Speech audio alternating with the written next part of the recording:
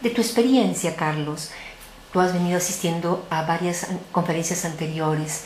¿Cuáles dirías tú que son, o cuáles, los mensajes o el mensaje principal que deja esta conferencia que lleva en Estados Unidos después de casi 22 años, ¿no?, de que no se realizaba una conferencia en este país? Bueno, ese es un mensaje, ese que tú acabas de mencionar, el de que se regresa porque las cosas cambian, es un mensaje, no el más importante, pero es un mensaje, ¿no? Lamentablemente no todo ha cambiado, por eso se hizo una conferencia paralela en Calcuta, donde fueron trabajadores sexuales y usuarios de drogas, porque Estados Unidos todavía mantiene la prohibición de ingreso a personas que hacen trabajo sexual o que usan drogas. Sin embargo, la prohibición o los obstáculos migratorios en relación con VIH ya han sido levantados. En cuanto a los mensajes, tal vez el mensaje que más se ha planteado en la prensa es el de que debemos pensar en la cura, ¿no? Y ha sido un mensaje que se marcó mucho en las plenarias. Yo particularmente creo que ese mensaje no ha sido tan bien recibido por todos, por quienes están más metidos, porque se le ve como demasiado optimista y como poco realista, puesto que se plantea que la cura, que implica, bueno, procedimientos en general todavía sofisticados clínicamente, trasplantes de médula ósea, etcétera, podría estar disponible para algunas personas, pero definitivamente si hay mucha gente que ni siquiera tiene acceso al tratamiento ahora, es muy difícil hablar de la cura, ¿no? Entonces, como que puede diferenciar más a los que están en la parte más alta y en la parte más baja del acceso al tratamiento. En cuanto a el mensaje que yo sí siento que la conferencia dejó, es que en su conjunto es que, bueno, si bien se ha abierto espacio a las nuevas tecnologías biomédicas, cuyo estudio se había venido produciendo a través de varios ensayos clínicos en los últimos años, tenemos una situación en la cual la gente no se ha volcado masivamente a pensar solo en estas tecnologías, sino que hay conciencia de que hacen falta paralelamente esfuerzos en el plano de comportamientos y esfuerzos en el plano de cambios estructurales y legales, ¿no? Lucha contra el estigma y discriminación, abordaje de temas económicos, ¿no? Entonces yo creo que ha habido la suficiente prudencia como para plantear las novedades biomédicas, pero plantearlas como parte de un modelo combinado donde todos los otros elementos estructurales y de comportamiento juegan un papel también. No se usó la lógica de una bala mágica de que esto es lo fundamental. No, yo creo que se reconoció que si no hay, por ejemplo, si hay prácticas ilegales, entonces no hay acceso a servicios y punto. Entonces, primero hay que garantizar que haya marcos de derechos humanos, que haya acceso, y ya luego se puede aplicar cualquier tecnología. Y hay también que persuadir a las personas para que se adhieran a una de estas tecnologías, tanto tratamiento como profilaxis, por lo cual si no hay un trabajo a nivel de la motivación individual, de la conducta, estas estrategias no serían efectivas, ¿no? Entonces creo que lo más sólido de la investigación internacional, de los investigadores, y en este caso comandados por Estados Unidos, que era el país anfitrión, lograron un mensaje que no estuviera totalmente volcado a lo biomédico y que sí recordara o lo incorporara dentro de un marco combinado con distintos niveles, ¿no? Pensando ya aquí en nuestro país, ¿cómo has visto tú, digamos, estos planteamientos y la posibilidad de ser aplicados, digamos, dentro de nuestro contexto, ¿no? ¿Cuáles son las principales dificultades que hay que sortear, los obstáculos que tenemos que enfrentar, ¿no?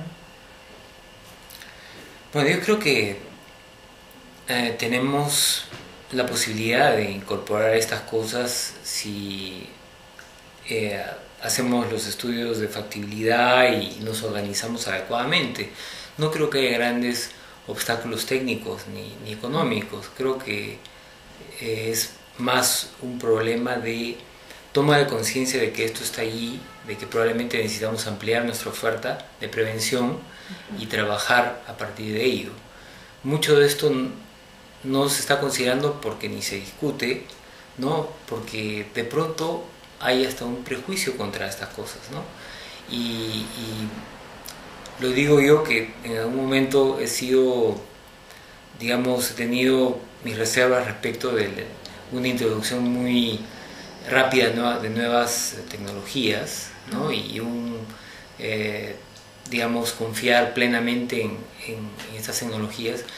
Creo que el contexto actual sí plantea que necesitamos cada vez más una combinación de formas de prevención individual, a la vez que mejoramos el énfasis en lo comportamental y sobre todo en lo estructural, como he dicho, ¿no? Tenemos que trabajar lo estructural, pero a nivel individual lo que muchos dicen es que no se puede ya solo hablar de uso del preservativo, porque lo real es que la gente ya es consciente de muchas otras cosas que hay alrededor, ¿no?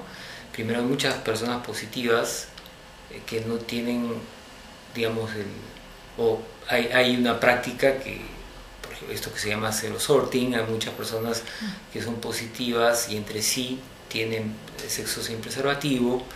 Hay crecientemente en las redes internacionales de comunicación, de la cual participan también muchos peruanos, intercambio de ideas y de discursos y de formas de pensar. Vivimos en un mundo globalizado, ¿no?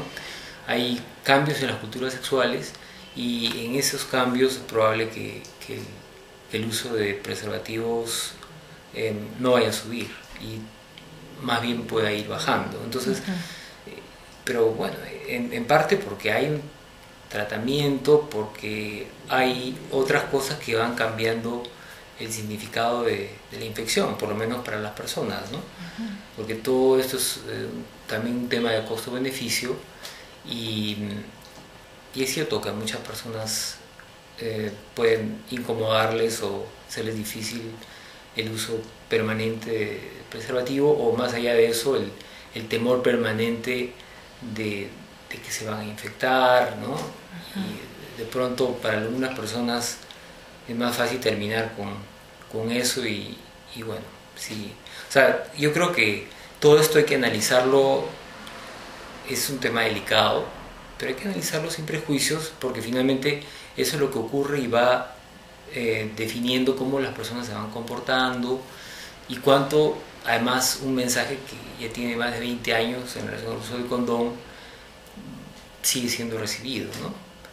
Y qué pasa si es que la gente ya mayor de pronto no quiere seguir usando condón y la gente menor no ha crecido rodeada de tanto uso de condón y por lo tanto no lo interioriza en la medida en que los mayores lo hicieron.